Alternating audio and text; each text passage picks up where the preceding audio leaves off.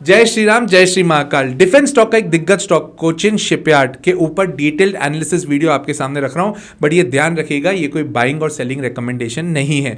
इस वीडियो में आपको डिटेल्ड एनालिसिस मिलेगी। क्यों? क्योंकि पहली चीज तो सोशल मीडिया पर काफी इसके ऊपर बातचीत हो रही है, आप लोगों के कॉमेंट्स आ रहे हैं कोचिन शिपयार्ड के ऊपर एक वीडियो चाहिए था, उसके लिए ही ये वीडियो बनाया है और इसमें इन डेप्थ एनालिसिस है। और अगर आपको मेरा कंटेंट अच्छा लगता है तो please like the video, subscribe the channel and hit the bell icon also, because obviously that is quite motivating for us as well. Cochin shipyard, ये इतनी बातचीत इसमें क्यों हो रही है? क्योंकि अपने हाई से एक तो 50% से नीचे गिर चुका है। ऐसे बहुत सारे लोग हैं जो कोचिन शिपयार्ड में एक हायर लेवल पर फंसे हुए हैं। अब क्योंकि हायर लेवल पे फंसे हुए तो ऑटोमेटिकली डर भी लगता है, फिर ऐसा लगता है और इसमें पैसा डालें या नहीं डालें।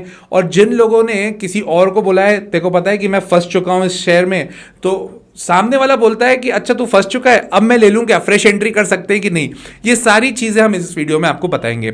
सबसे पहली चीज, कंपनी क्या करती है। 1972 की कंपनी है ये, काफी साल हो चुके हैं, बट आप सबको ही पता है पिछले 4-5 साल से डिफेंस स्टॉक्स एकदम से भागना चालू हुए।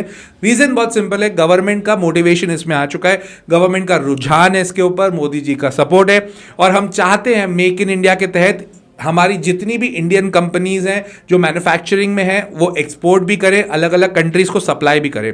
तो 1972 की कंपनी, इसका बेसिकली काम है construction of all kind of vessels and their repairing also.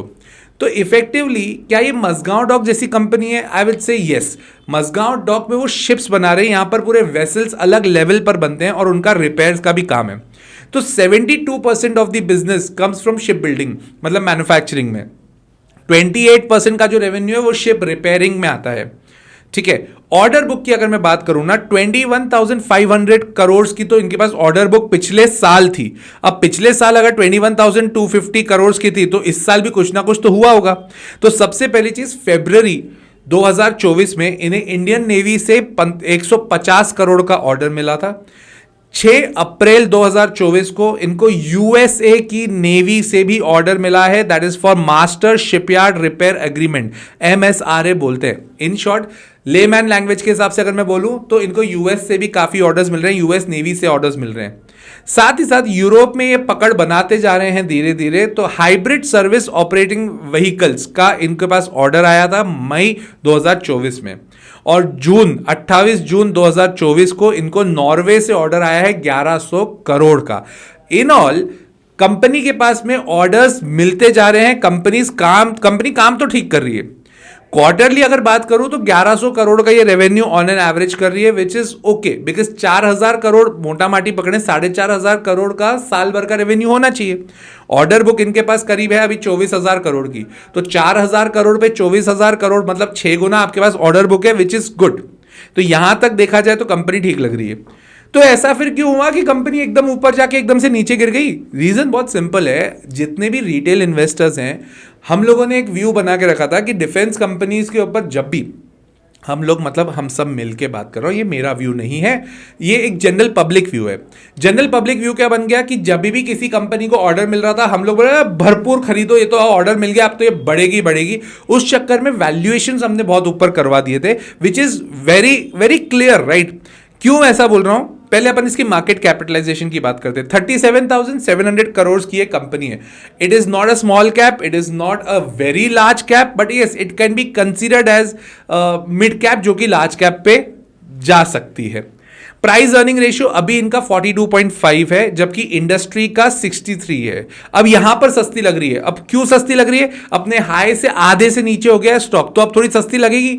अब तुम खुद सोचो, जो अभी इसका शेयर प्राइस चल रहा है, सपोज यहां से इसका डबल हो जाता शेयर प्राइस, अभी करीब चल रहा है 1300 का, अगर 3000 पे शेयर प्राइस होता और price earning ratio automatically at that time would have been around 100। Industry का 50 चल रहा है, तुम्हारा 100 चल रहा है, तो ऑटोमेटिकली डर तो लगेगा। तो ये चीज समझना बहुत जरूरी है कि इंडस्ट्री का प्राइस अर्निंग रेशियो अभी 63 है और कंपनी का 42.5 है। यहां पर ये थोड़ी सस्ती लग रही है, तो क्या यहां पे बाय कर ले? क्या मैं वापस बोल रहा हूं, ये कोई बाइंग और सेलिंग रिकमेंडेशन नहीं है। You have to take your own decisions, and even I want that anyone who is listening to me should have their own independent answers to their queries. जो भी आपको डाउट आ रहा है अपने investments के ऊपर, at least you can solve your own queries. For that, I have my own course, The Logical Investor, which you can go and register also. If you are really serious on understanding what are fundamentals, technicals, and then you need to understand geopolitics, economics, ये कोई भी intraday trading का course नहीं है, ये किसी भी प्रकार का स्विंग ट्रेडिंग का कोर्स नहीं है, ये ऑप्शन ट्रेडिंग, कमोडिटी ट्रेडिंग का कोर्स नहीं है. It is highly clear that ये वाला course, the logical investor, is to make you guys the logical investor, right? So if you want to go for it, you can go for it. तो price earning ratio के हिसाब से अब जाके मेरे को थोड़ी सी कंपेरेटिवली सस्ती लग रही है. डेट 487 करोड़ है, जो कि बहुत ज्यादा कंसर्निंग नहीं है. अगर डेट इक्विटी रेशियो देखूं, जो कि बुक वैल्यू से मैं बात कर रहा हूं, तो 0.1:1 है. दैट मीन्स 10% का ही डेट लिया हुआ है टोटल कैपिटल के हिसाब से, विच इज कंफर्टेबल, कोई दिक्कत नहीं है. एक तरह से I would consider this as debt free only, तो कोई दिक्कत नहीं है. अब फाइनेंशियल्स पे आ जाएं. सितंबर 2024 के रिकॉर्ड्स आ चुके हैं, उनका रिजल्ट आ चुका है. तो 1100 करोड़ के करीब करीब इन्होंने सेल्स की है. अगर पिछले साल YOY, अगर पिछले साल के क्वार्टर, सितंबर क्वार्टर से अभी इसको कंपेयर करूं, तो पिछले साल का सितंबर क्वार्टर में 950 करोड़ का था, जो अभी 1100 करोड़ है. तो ठीक है, ग्रोथ तो हुई है. पिछले क्वार्टर, जून क्वार्टर से इस क्वार्टर में देखूं, तो जून क्वार्टर में 700 करोड़ की थी, जो अभी 1100 करोड़ है, विच इज गुड. तो सेल्स वाइज तो अच्छा काम किया है. ऑपरेटिंग मार्जिन, जो मेरे को सबसे ज्यादा क्रिटिकल पॉइंट लगता है to analyse any company, 196 crore का इनके पास ऑपरेटिंग प्रॉफिट है. पिछले साल के सितंबर क्वार्टर से कंपेयर करूं तो तब 195 करोड़ था, अब 196 है. तो बहुत ज्यादा फर्क नहीं है. तो it is not something which is good for the company. Similarly पिछले क्वार्टर से अगर मैं देखूं तो 182 करोड़ का था, जो अभी 196 करोड़ हुआ है. बट भाई साहब, पिछले क्वार्टर में सेल्स थी 700 करोड़ की, जो इस बार हुई है 1100 करोड़. मतलब सेल्स में 30% का ग्रोथ हुआ है. तो आपके जो ऑपरेटिंग मार्जिन है उस पर भी 30% का ग्रोथ होना चाहिए था ना, वो नहीं हुआ है. सो यही सारे क्रिटिकल पॉइंट्स होते हैं जो शेयर को पूरी तरह से नीचे दबाते हैं. प्रॉफिट आफ्टर टैक्स 193 करोड़ का इन्होंने दिखाया है, जो कि पिछले साल के इसी क्वार्टर में 191 करोड़ था, और पिछले क्वार्टर में, इसी जून क्वार्टर में 181 करोड़ था. नंबर्स स्टेबल है, बट ग्रोथ नहीं दिख रही है. अब सिंपल सी बात है, आप जब किसी भी कंपनी में इन्वेस्ट करते हो तो आपका व्यू होता है कि हम इसको लॉन्ग टर्म के लिए ले रहे हैं, या कुछ एटलीस्ट अगर आप साल भर के लिए भी ले रहे हैं तो उसका परफॉर्मेंस होना चाहिए ना. ग्रोथ होगी तो ही तो हमारा शेयर प्राइस बढ़ेगा. वैसी ग्रोथ नहीं दिख रही है नंबर्स में, जैसी होनी चाहिए थी, जैसी एक्सपेक्टेड थी. Secondly, which is considered as very important point, अगर इनके फाइनेंशियल्स ऐसे हैं तो शेयर होल्डिंग पैटर्न में कुछ चेंज हुआ है क्या? प्रमोटर की शेयर होल्डिंग अभी भी स्टेबल है, 73% है, विच इज गुड.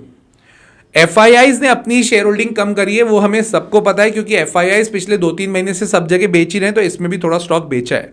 DII ने भी कम किया है, और सिर्फ पब्लिक की शेयर होल्डिंग बढ़ी है. दैट मीन्स FII DII बेच रहे हैं, पब्लिक ले रही है.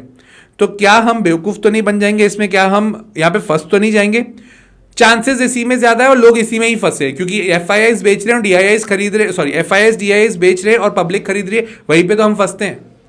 3100 का करीब 3000 का शेयर था, जो अभी जाके 1300 पे मिल रहा है. मतलब वहां से 1700 रुपए गिर गया, मतलब 50% से ज्यादा, 60% के करीब गिर गया. अब 40% स्टॉक बचा है. तो कौन बेच रहा है?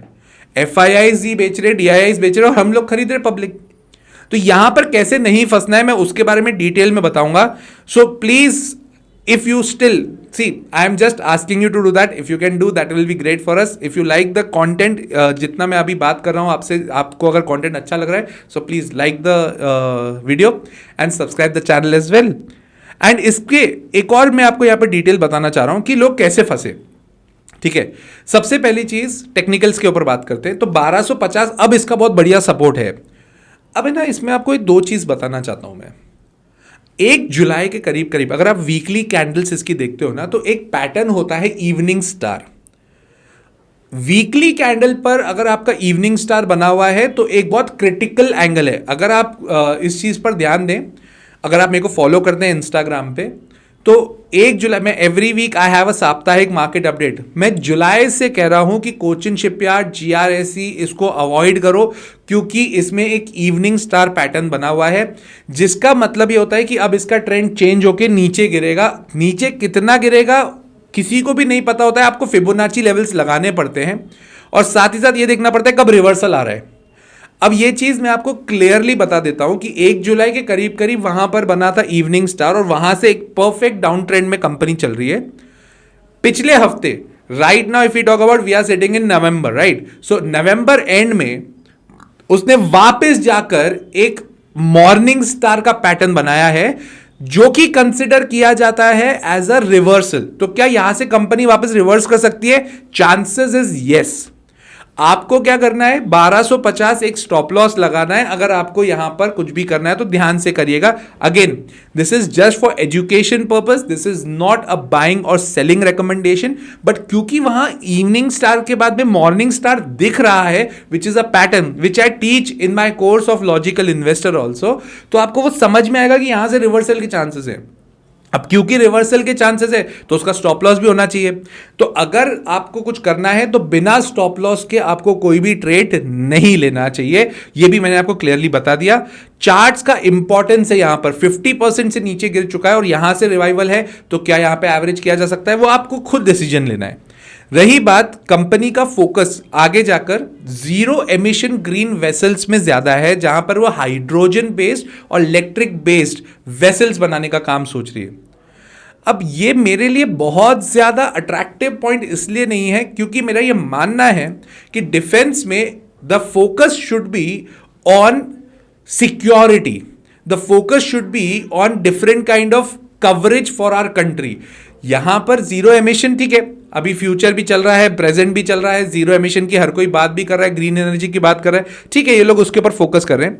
मेरे लिए बेहतर पॉइंट ये है कि ये कैपेक्स, कैपिटल एक्सपेंडिचर करने के लिए रेडी है ऑन लार्जेस्ट डॉक प्रोजेक्ट बनाने में। तो ये एक बहुत बढ़िया चीज है और साथ ही साथ इंटरनेशनल शिप रिपेयर फैसिलिटी बनाने का भी ये काम करने के पूरे कगार पर है। कैपेक्स वहां पे भी करने को रेडी है। इफेक्टिवली फ्यूचरिस्टिक बात करूं, कंपनी अब मुझे बेहतर लग रही है, प्राइस अर्निंग रेशियो बेहतर लग रहा है, और वीकली चार्ट कैंडल स्टिक्स के हिसाब से अगर मैं बात करूं तो वहां पे उन्होंने एक पैटर्न बनाया है which I feel it is favourable also. All these things are giving a positive sign for this particular company. But please again मैं वापस रिपीट कर रहा हूं, मैंने करीब 2 से 3 बार ही रिपीट कर दिया है, this is not a buying और selling recommendation, that you have to take a decision on your own. And if you still like the content, still like the videos, please like the video and subscribe the channel. Jai Shri Ram, Jai Shri Mahakal.